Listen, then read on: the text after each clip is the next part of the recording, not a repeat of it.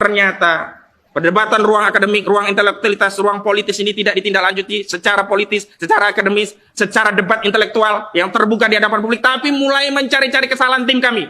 Di antaranya ketika kami mengundang Bang Edi Mulyadi, wartawan senior, ternyata dia dipolisikan dengan kasus kebebasan menyampaikan pendapat di muka umum yang seperti ini kami lakukan. Semestinya kritikan Bang Edi Mulyadi itu ditanggapi secara intelektual, apakah ada data-data yang keliru, apa ada ujaran terkait kritik kepada DPR atau kepada pemerintah yang keliru, bukan dicari-cari kesalahan. Dan terjadi ketidakadilan hukum bagi Bang Edi Mulyadi dan kami semuanya rakyat Indonesia. Bagaimana mungkin ujaran yang hanya mengatakan jin buang anak ditafsirkan syarat dan langsung diproses, dipanggil oleh kepolisian. Sementara pada saat sama anggota DPR RI, Saudara Arteria Dahlan dari PDIP sampai hari ini diproses oleh kepolisian tidak ada pemanggilan untuk Arteria Dahlan.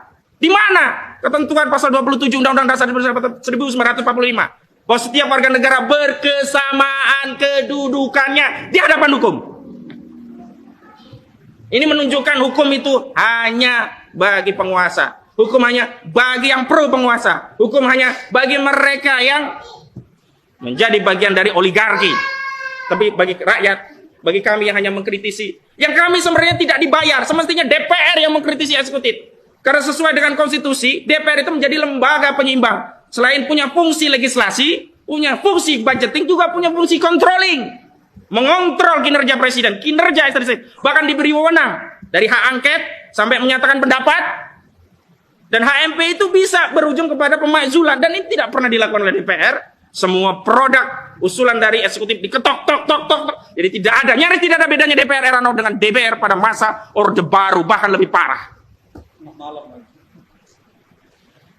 Saudara sebangsa setengah air dan seluruh kaum muslimin yang berbahagia pada kesempatan malam hari ini, saya ingin tegaskan kembali lagi, kriminalisasi yang terjadi pada Bang Edi Mulyadi tidak bisa dibenarkan secara hukum.